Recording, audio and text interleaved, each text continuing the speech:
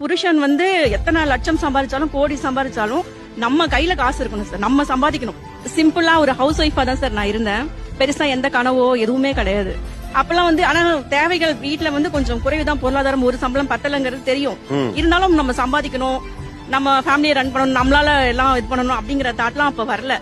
ஒரு ஃப்ரெண்டோட போயிருந்தேன், கோச்சிங் சென்டருக்கு போயிருந்தேன். அப்ப வந்து என்ன பண்ணாங்க, ஒரு காஃபி சாப்பிடலாமா அப்படின்னு கேட்டாங்க. அப்ப வந்து என்னோட கழுத்துல வந்து வெறும் மஞ்சள் கயிறு தான் இருக்கும், சரிங்களா? அப்ப என்னோட அப்பியரன்ஸ் வந்து வேற மாதிரி இருக்கும்னு வச்சுக்கோங்களேன்.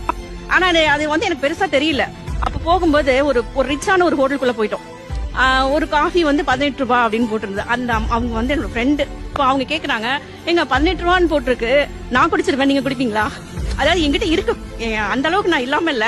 ஆனா என்னோட வெளி தோற்றம் வந்து அவங்களுக்கு எப்படி காமிச்சதுன்னு தெரியல. நான் குடிப்பேன், நீங்க குடிப்பீங்களா? அப்ப தோணுச்சுங்க சார். அதாவது புருஷன் வந்து எத்தனை லட்சம் சம்பாதிச்சாலும் கோடி சம்பாதிச்சாலும் நம்ம கையில காசு இருக்கணும் சார். நம்ம சம்பாதிக்கணும். இப்போ வந்து நம்ம ஏன் இப்படி இருக்கணும், அவங்க பார்வைக்கு நம்ம ஏன் இப்படி இருக்கணும்? நம்மளோட தேவைகள் அதிகமா இருக்கும்போது நம்ம சம்பாதிச்சாகணும், நம்ம வேலைக்கு போகணும், வெளி உலகத்துக்கு போகணும் அப்படிங்கிற ஒரு நம்ம சம்பாதிச்சு நம்மளுக்கு நல்லது கெட்டது செஞ்சுக்கணும். அதுல ஒன்றும் தப்பு இல்ல, அந்த ஃபீல் கிடைச்சு. ஆமா சார், கண்டிப்பா அந்த டைம் தான் சார் எனக்கு தோணுச்சு.